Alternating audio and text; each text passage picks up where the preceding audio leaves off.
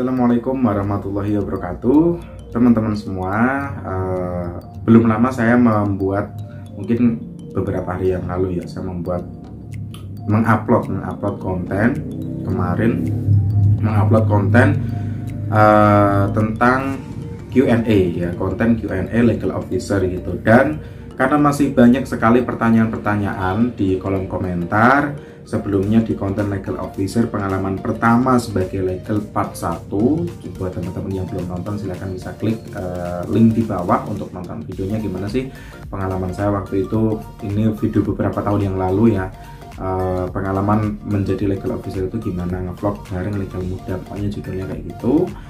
Nah terus buat teman-teman yang belum nonton juga Q&A yang pertama, teman-teman bisa mampir juga ya di video saya yang lain, bisa nonton, mungkin bisa bermanfaat untuk kalian. Dan di video kali ini saya mau melanjutkan Q&A dari part yang kemarin itu. Dan pertanyaan-pertanyaannya masih banyak, jadi saya bagi beberapa part gitu ya, beberapa bagian, dan semoga bisa fokus gitu terhadap jawaban-jawaban yang bisa saya berikan. Langsung ke pertanyaan yang pertama. Doakan lusa saya interview sebagai legal officer dan saya fresh graduate, semoga sukses selalu, amin. Terima kasih dan semoga bisa diterima juga ya menjadi legal officer. Selanjutnya, maaf Bang, mau nanya gaji legal officer untuk fresh graduate 5 jutaan apakah sudah layak Bang? Nah ini sebenarnya tergantung tempatnya, tergantung wilayahnya. Di Semarang, di Jakarta, kemudian misalnya di Tangerang, itu kan beda-beda ya, beda-beda. Tapi ini 5 jutanya ini di mana dulu? Kalau 5 juta waktu itu saya di Semarang ya, 5 juta saya di Semarang untuk gapok misalnya itu sudah kategorinya menengah ke atas sih, 5 juta. Belum sama uang makan, transport, kemudian pulsa dan fasilitas yang lain ya, itu sudah cukup gitu. Kalau misalnya 5 juta ini sudah semua ya, sudah semua untuk mungkin wilayah Semarang, Jawa Tengah, Jawa Timur, itu menurut saya sudah cukup untuk menghidupi atau untuk memenuhi kebutuhan kita setiap bulannya sih. Kalau menurut saya 5 juta tergantung dari bagaimana style kita. Kalau misalnya gaji kita 5 juta tapi style kita itu yang mewah gitu ya, ya tentu nggak akan cukup gitu.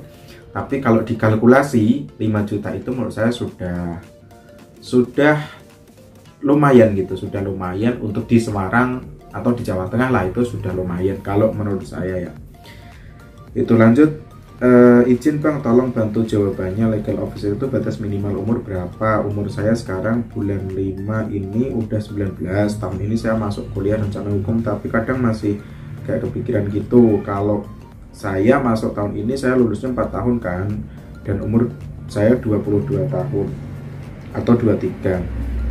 Oke, kalau jadi advokat itu umur harus 25, dan legal officer itu berapa minimalnya Bang? Saya nggak mau pas lulus kuliah hanya nganggur, nggak ada jurusan yang membutuhkan hukum pada umur saya 22. Rencana saya sih ingin jadi legal officer juga seperti Abang, atau tidak ya jaksa. Jangan dong, jadinya harus jadi presiden gitu. Oke, mungkin ini untuk adik-adik yang mau milih jurusan kuliah gitu kan. Jadi banyak juga di konten saya yang komen itu ternyata ya semester 1 belum kuliah, atau mungkin dia tuh masih kayak kepo-kepo jurusan lain gitu kan, jurusan lain, atau misalnya background pendidikannya itu lain tapi dia kepo sama legal officer itu apa gitu. Banyak, saya pernah lihat itu yang komen saya dari sarjana ini tapi saya bekerja sebagai legal officer gitu. Oh bagus juga ya gitu, jadi dari komunikasi atau jadi dari komputer gitu tapi kerjanya sebagai legal officer. Oh keren gitu maksudnya. Nah jadi sebenarnya gini, kalau kita jawab secara maksudnya secara idealnya gitu ya, secara idealnya dan secara akademis, tidak ada yang namanya orang kuliah itu untuk mencari pekerjaan dan menjamin pekerjaan kita itu. Kalau misalnya orang hukum tuh kamu akan jadi legal officer loh, kalau misal kamu orang hukum tuh kamu akan jadi jaksa loh gitu, karena proses untuk itu tuh masih sangat panjang sekali gitu. bahkan mungkin bisa sama prosesnya pada seperti kita kuliah. Misalnya kita kuliah 3 tahun, jadi kita mencapai ke sana itu mungkin lebih gitu. Setelah kita lulus perlu 5 tahun untuk mewujudkan mimpi-mimpi kita menjadi orang ini dari itu segala macam itu, karena prosesnya panjang sekali. Jadi menurut saya nggak ada jaminan sih kalau misalnya kita kuliah kemudian kita akan bekerja menjadi ini dan itu. Tergantung nanti bagaimana kita pasca lulus atau pasca wisuda itu untuk fight, untuk berjuang, untuk cari lowongan, untuk bagaimana bekerja sesuai dengan passion kita gitu kan. Nah itu tergantung di situ sih menurut saya. Dan banyak juga teman-teman yang misalnya sarjana hukum tapi pada akhirnya mereka masuk ke bidang pendidikan, kemudian di bidang bisnis gitu, itu nggak ada masalah gitu, karena memang pada dasarnya adalah pendidikan itu tidak mencetak seseorang itu untuk bekerja, tetapi mencetak seseorang itu biar bisa berpikir gitu kan, biar level pemikirannya itu meningkat gitu. Makanya kenapa secara personal untuk saya ya pendidikan itu wajib gitu. Setelah saya S2 setelah saya S1 saya S2 gitu. Setelah S2 sekarang saya harus lanjut lagi S3, karena menurut saya ya selama kita hidup pola pikir kita harus di-upgrade gitu, dan salah satu mengupgrade pola pikir kita dari pendidikan formal. Memang tidak semuanya pendidikan formal, tapi kan orang tuh masing-masing ya. Tapi kalau untuk saya pribadi, saya menyukai pendidikan yang formal karena pembelajaran yang sistematis dan lain-lain. Itu secara akademisnya gitu ya, secara akademisnya begitu. Dan kalau misal menjadi legal officer itu tidak ada batasan umur sekian, tapi biasanya itu ada batasan maksimal. Kenapa sih batasan maksimal? Karena penyedia pekerjaan itu biasanya akan mempertimbangkan masa produktif. Jadi untuk minimalnya adalah yang penting dia sudah lulus kuliah dan memenuhi kriteria menjadi sarjana hukum. Kemudian skillnya ada, nah skill ada ini akan diketahui pada saat proses rekrutmen. Tidak, skill yang diperlukan itu tidak skill menurut kita kita sudah bisa ini dan lain sebagainya, tapi yang sesuai dengan perusahaan itu gitu. Jadi itulah yang mungkin nggak banyak ya dipelajari oleh teman-teman yang baru lulus.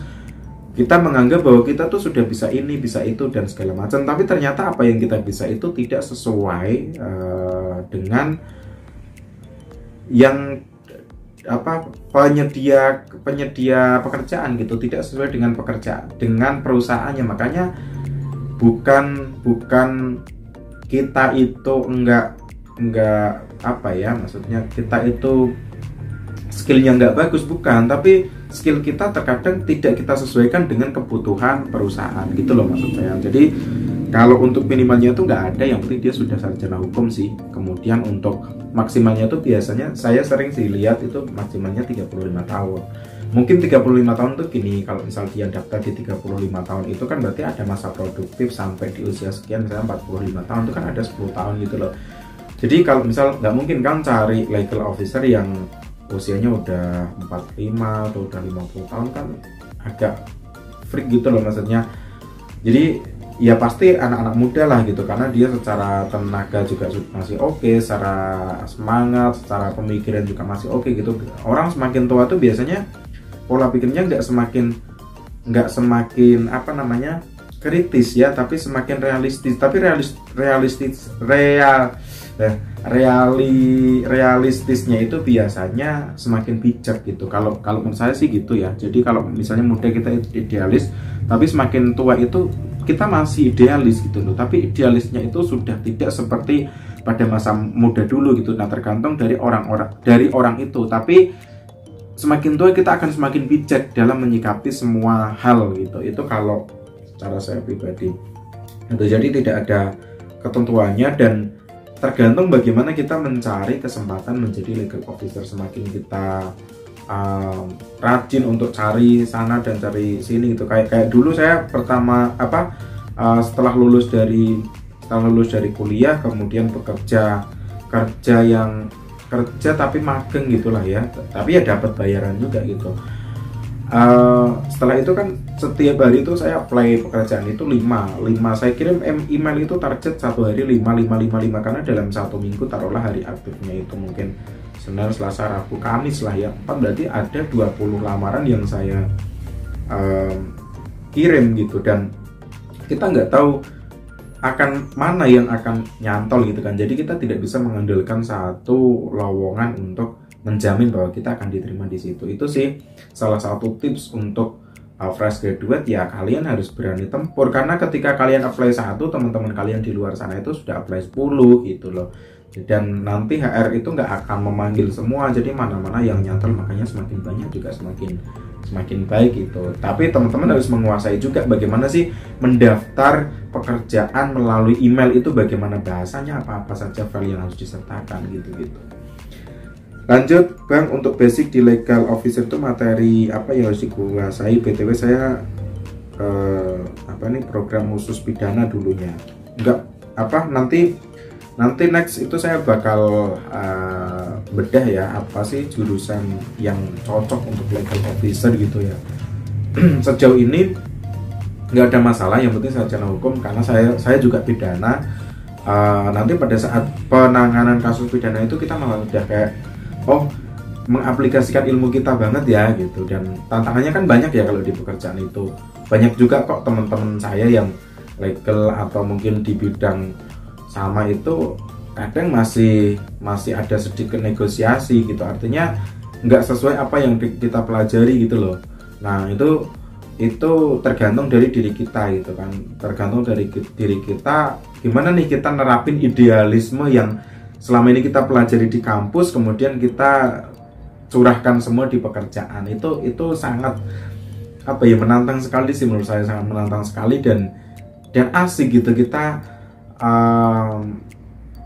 menjadi legal officer dan apapun itu kan sebenarnya menjadi satu sub gitu ya, sub sistem hukum di Indonesia gitu loh. Jadi sebenarnya kita juga sudah punya kontribusi sama penegakan hukum di Indonesia. Tergantung atau kembali lagi bagaimana ke kita nih, apakah kita akan menjadi legal officer yang bekerja itu secara profesional, ataukah misalnya kita bisa memanipulasi data dan lain-lain. Itu kan tergantung diri kita. Makanya kenapa pada saat kita menjadi mahasiswa, alangkah lebih baiknya itu benar-benar dimaksimalkan, karena kesempatan itu tidak akan datang untuk kedua kali setelah kita pasca S1 gitu. Jadi benar-benar S1 itu banyak sekali pengalaman dan kesempatan yang bisa kita dapatkan.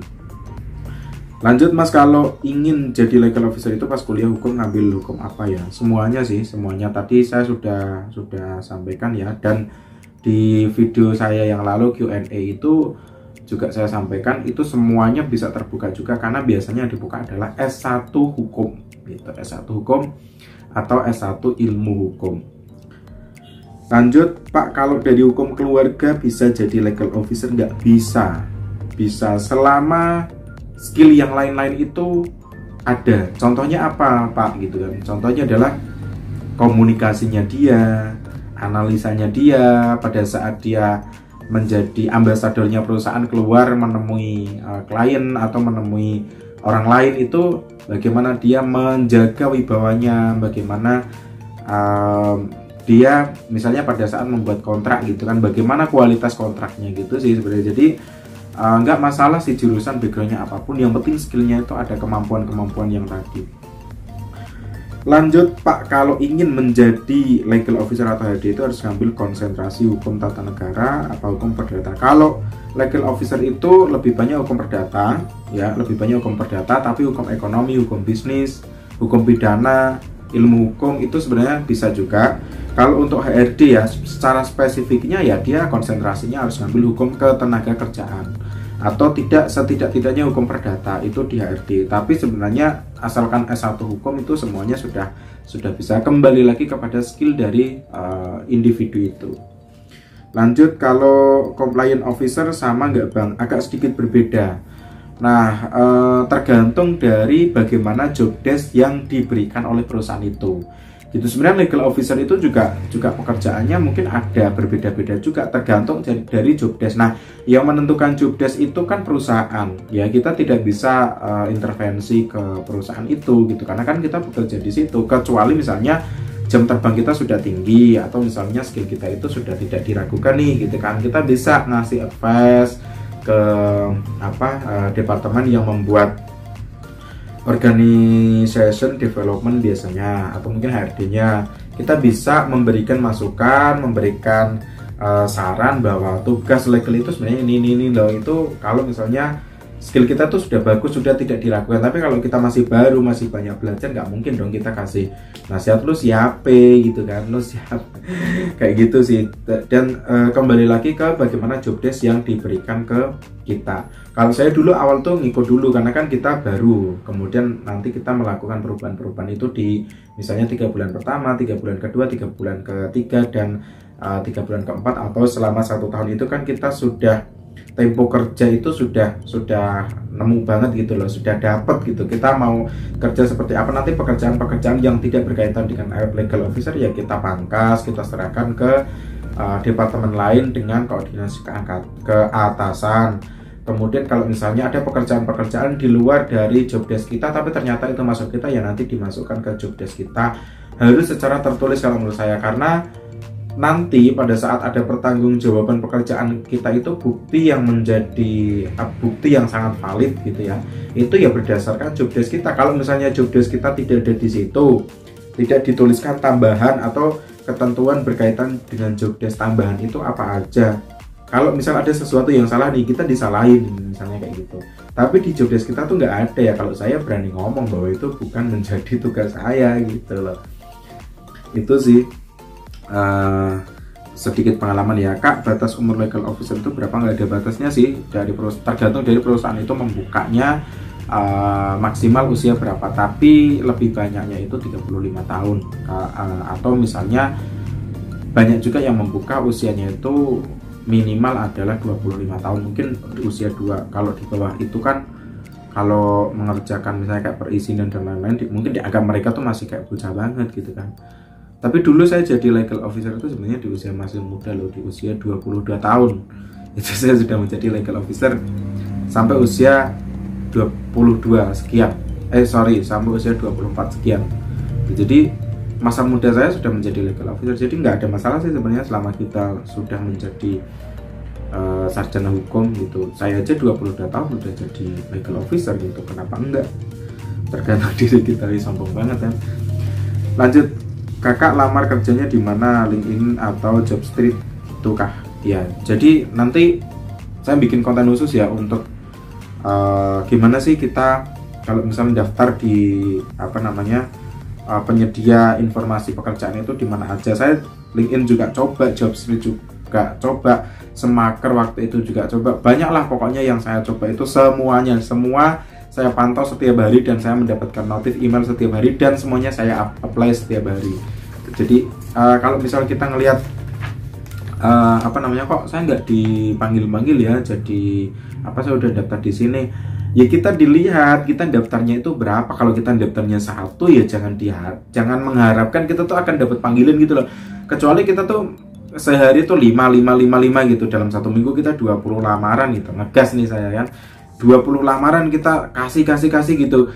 Dalam 3 bulan kan sudah kelihatan berapa lamaran yang kita kasih. Nah, itu kita harus lakukan evaluasi diri dulu. Kita sehari tuh ngirim lamaran tuh berapa. Kalau ngirim lamaran 1 tapi kok nggak diundang-undang, ya lo siapa gitu loh. Ya itulah pada saat setelah kita lulus itu kita benar-benar harus kerja keras lah untuk mencari pekerjaan. Kerja keras yang paling real yaitu pada saat kita setelah lulus itu kerja keras, benar-benar kerja keras untuk mendapatkan pekerjaan gitu. Itu nanti mungkin di next video ya. Di next video saya bikin gimana strategi untuk kita mendapatkan pekerjaan itu cepat dan lain-lain, skill-skill apa saja.